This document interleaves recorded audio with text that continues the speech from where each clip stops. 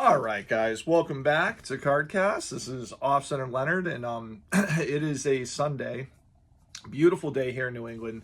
Trying to keep up with the one video a week at least, with all the craziness I got going on. And what I'm gonna do is I'm still working on the series of being a dealer, collecting, and investing. So I'm still trying to map some things out. So that's going to come next week. We got Memorial Day, so I've got a cool video coming out for that. This week, so technology, right? Technology, sports cards, and YouTube. A little over 2 years ago, and this is like a little bit of like a lesson to be learned, and also just to help out some people in the community that may be very gung-ho to spend money on tech. I had a really good conversation with Keith at the Lonely Basement about a year ago on this. Well, a little over 2 years ago, I got all hopped up. I was like, I need to kind of get ahead of the curve and make my channel stand out and all this other stuff. And I really do enjoy the editing process, but all that stuff takes time. Well, I went and bought a MacBook Pro, and I downloaded the $300 software. I don't even remember what it was called because it was 2 years ago. And I haven't opened it since. So I have a $3,000 laptop, with the tax and the thing, just been sitting on a shelf, brand new. And for the last couple of years, I've just been using my old iPhone, and CapCut is the app. So my advice to people that, before you just it's always good to just jump in, but jump in as cheap as possible because you could have a lot of money sitting on the shelf for quite some time.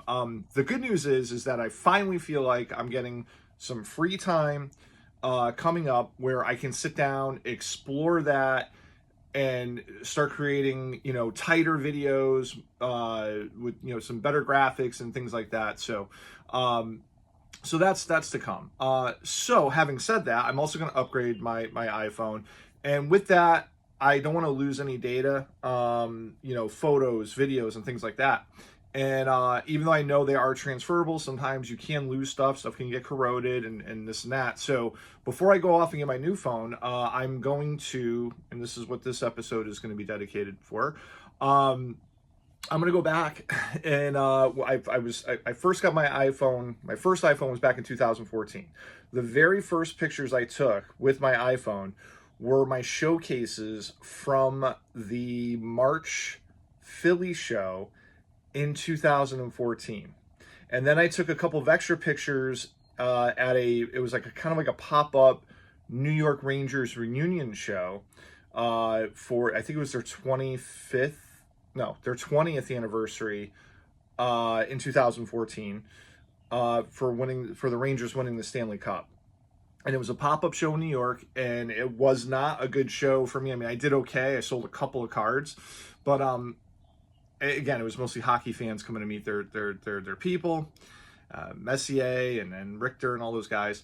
And so the cards just kind of sat. So I took some photos. I didn't take video. I don't even think I knew how back then. So I took photos, and we're going to go back and we're going to look at the pricing that I had on some of the cards and kind of compare them to today. So 12 years ago. And I think it's going to be fun to do that. So, no need to spin the camera around. We are going to look at cards, but they're just going to be from 2014. I'm going to show the timestamp, and you guys get to see my setup, and we're just going to go back in time and see some cool cards and see some pricing. So let's check that out. So as you can see, the timestamp up at the top says March 7th, 2014, which was the Philly show. And this was actually held at the casino. See my nice signage in the back there, $10 each. And we're going to zoom in by the quarter panel, but you could see from a distance Robin Yount rookies and Mark McGuire rookies and Eddie Murray rookies, and there's a couple of Henderson rookies. So as you can see on the very upper left, there are postcards signed by Gary Carter and slabbed by SGC that I was selling for $10 a piece. I just went online and I looked to see if there were any solds. I did find two in a PSA DNA slab of the exact postcard sell for $74.99 and to buy it now. Now you notice right next to the right of those, there's three 2001 Topps traded Pujols and Ichiro rookies, And yes, at $10 a piece, that feels like it hurts. I know that raw cards are selling anywhere between probably $70 and $85. And there it is, $75 to $80. So listing that isn't included. I mean, there could have been grading opportunity on those. I have no idea. Now, for the rest of the showcase, I'm not going to go card by card because the average cards probably went up, 2 to 3 times, probably, maybe 4 times. And there's a Nolan Ryan 71 in there.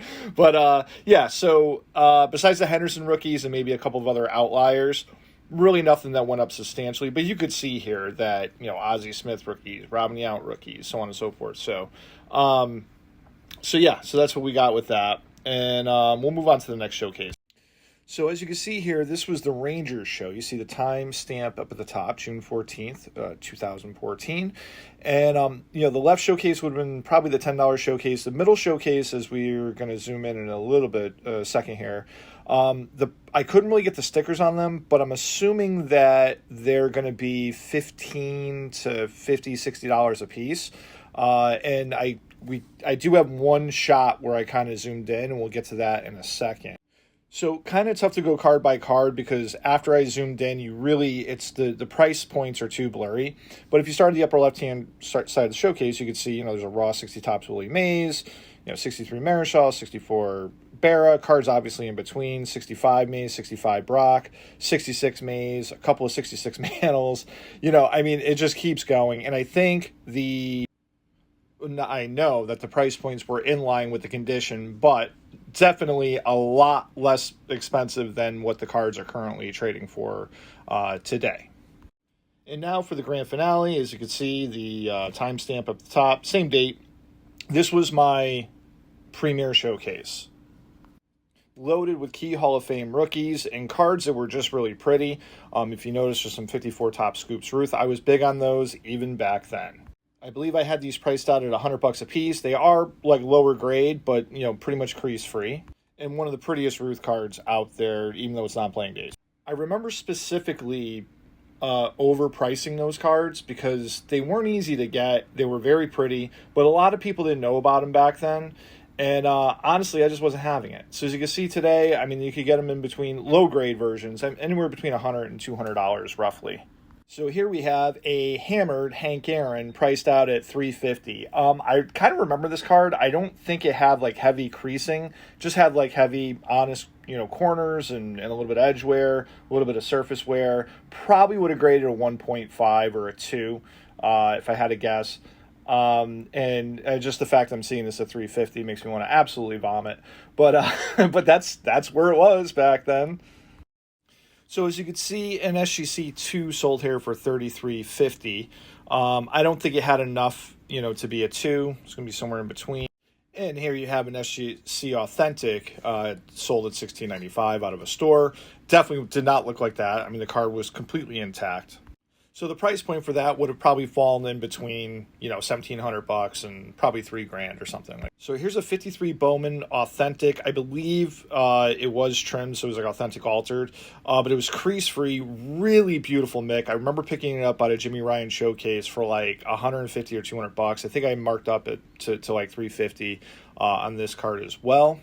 And as you can see, $560 to $505. I've seen one that actually sold at $750. I think mine would have been more towards the higher price because, again, it wasn't like beat up authentic. It was trimmed, but the card was actually very nice. No creases or anything like that. So I feel like mine probably would have been in the $700 range.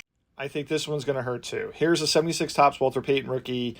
BGS 8.5 that I think I had marked at $260, and I'm pretty sure it's an 8.5, not an 8, because of the gold label or the bronze label. An 8 would have been a white. I'm pretty sure it was an 8.5. But yeah, pretty sad to see where this is going to be. I'm actually scared to look. We'll put it as maybe like a PSA 8 or even a PSA 7. So as you can see here, for a PSA 8, $1,600, $1,700. I think a 7 is like $700 to $800, but you don't know. It could have crossed over. Maybe you could have got a 9. We don't know. A lot has come out about Beckett grading vintage since then, so it could have been all over the board. But yeah, big price difference from then to now. So here we have a raw 54 Topps Ernie Banks rookie, very iconic, classic card. I have it priced out at $600. I actually zoomed in earlier and saw I think the book was $2,500, which tells me that it was probably priced out to a VG to VGX price point back then. So yeah, just crease free card, and here we have PSA 4s are selling for $1,600, $2,200. Obviously, so there's a raise in price there. 3 obviously would be a little bit less, but yeah. So, Mr. Cub, let's play 2.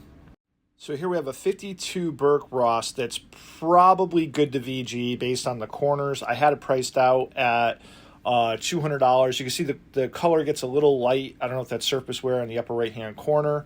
But I do remember it being crease free. It was just a nice card, and it was a great card to have in the showcase. But you know what? Back then it was oddball. People didn't want oddball. So a PSA 3 recently sold for $1,750. I would probably put it, under that, in the definitely probably $1,000 card. I didn't zoom in at first, so I put a 4 up, but dead center went for $2,500. But overall, a very pretty card. Would have loved to have this back for the PC today. But, that's the life of being a card dealer. You got to move stuff. Okay, guys, I am absolutely kicking myself in the Denver Nuggets for this one. This is an SGC 5 Sports Thrills Lou Gehrig that I have priced at $350. Ones are selling for 1.5 times that, probably $500-$600 roughly today. A 5, I haven't looked yet. I'm going to look and I'm going to drop it in, and I'm, probably not going to be well. So I'm not on VCP or Card Ladder, so I really can't see a comparable comp. But if I had to guess, I would say it's probably anywhere between $1,600 and $2,250. It does look like it's fairly well centered, a little off center top to bottom. But yeah, I would say that's my guess. And Puke City once again. There is a BVG 4 58 Topps All-Star Mickey Mantle unsold in my showcase at $60. So, come on. All right, okay. So they're about $180 to $200. Obviously, it went up, 4 times or whatever. But yeah, pretty cool to see. Not too bad. I thought it went up higher than that. This is going to be Oof City. This is a 1971 Topps Terry Bradshaw rookie, PSA 7, and I had it stickered at $260. So I think they're worth a little bit more than that. Let's take a look. Lots of up arrow action here. So yeah, about $1,250 to $1,300. And here's another colonoscopy. We have a Julius Erving rookie that I had priced at $150, which tells me that it was in the higher grade scale, near mid to near mid easily. You can see the centering on it. Let's take a look. So for argument's sake, we'll call it near mint. They're in between $1,400 and $1,500. I did see raw near mint cards at about the $500 to $600 range. So here's a Bird Magic Irving rookie that I had priced at $150, which again, at that time, probably would have been in the near mint category. It's a little off center top to bottom, but those cards could be goofy with the snow, and sometimes they're diamond cut. There could be a stain on the back. So for the purpose of the exercise, we'll call it, X to X mint. I'm sure it's going to be higher than 150. I haven't bought one in a while. So it's looking like it's about a 9 times, 9Xer. So vomit away. Sixes are selling for... Sorry, 6s and 5s are probably selling, in between $1,200 and $1,300. So we were talking about technology earlier, and something really interesting happened. If you're still here, thank you. I got some really funny stuff coming up at the end of this video. And so I took that whole showcase and I put it in the ChatGPT, and I asked, I was like, hey, can you, zoom in, give me some quality pictures, and enhance the pricing so that my job would be a lot easier. As you could see by the cloudiness of the pictures, it was kind of tough for me to get through and edit, but and it took a lot more time, but something very interesting and funny happened. So if you guys want to see some interesting stuff, stay tuned. We're going to go right back into this image, and it'll be worth your time, I promise. So I was so stoked when I saw this image initially, and you could see everything's laid out. What ChatGPT did was it pulled everything out of holders. And it just made things look a lot neater, and the glare was gone and whatever. But then as I started zooming into some things, a lot of things towards the top looked normal, but as I started getting to the bottom, things started to look a little distorted. So I initially started like, okay, this looks about right, but the stickers, the prices were kind of coming in wrong, and they were matching the book value with the sticker price. So that got a little weird. But then if you look at the Ted Williams, the Burke Ross Ted Williams is starting to look a little distorted. The rest of the cards look okay.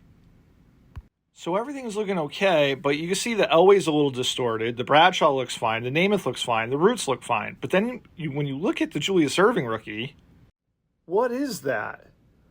What is going on here? Now what's going on here? What are we just inventing designs and cards? So if you guys are missing a 1956 Topps Hank Black for $200, I got you covered. I didn't even have any Don Mattingly's in my case. Not one. At least not that showcase. I just want you guys to know, as fair as I am, I would never sell my 1969 Topps Reggie Jackson rookie for $5 over book value. Just want to be very clear on that. Apparently this is a Mickey Mantle white letter variation. Topps predicting in 1960 that there was going to be a Mets team, and Roger Maris was going to be on it. They were a little off on that. And where's Brent Richards when I need him? We have a 1989, 99, 69 Topps, Jerry Koosman, Nolan Ryan rookie for the win. Awesome. All right, guys, that concludes today's episode. I hope you guys had fun. I certainly didn't. We'll see you guys next week. And hey, stay positive, and we'll catch you in the next one. Senator Leonard signing off.